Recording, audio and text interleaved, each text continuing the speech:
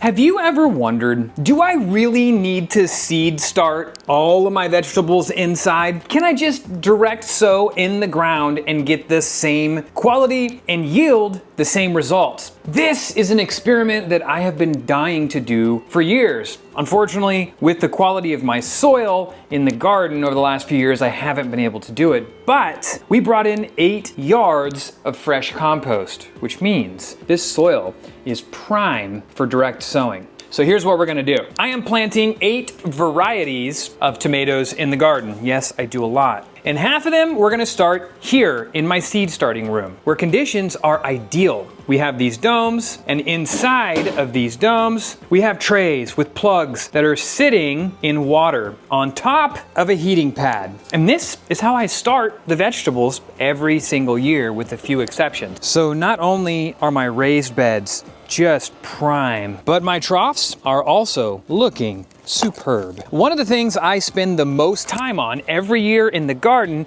is seed starting. Late winter, early spring, in that room, I start all of my seeds. In 4 of those trays, there's 80 cells per tray, and usually I fill them all the way up because I do share my seeds and my plants with a lot of the neighborhood as well. But we're gonna try something just a little bit different this year, and I'm really curious to see what kind of results we yield. Right behind me here are big, giant tomato cages. Purpose built by me a few years ago. I have cut out little sections to act as doors, and what I do is I plant 4 to 6 plants per cage, and then each cage also gets a smaller tomato cage in each corner. And this allows me to really let the tomato plants just go nuts. I don't have to get in there, trim them back, top them, keep them small. They can go bonkers and really get up to 7, sometimes even 8 feet high, which they do. Trust me, you'll see. I am going to start half of the tomatoes right here in my awesome little seed trays. And as soon as they get their first set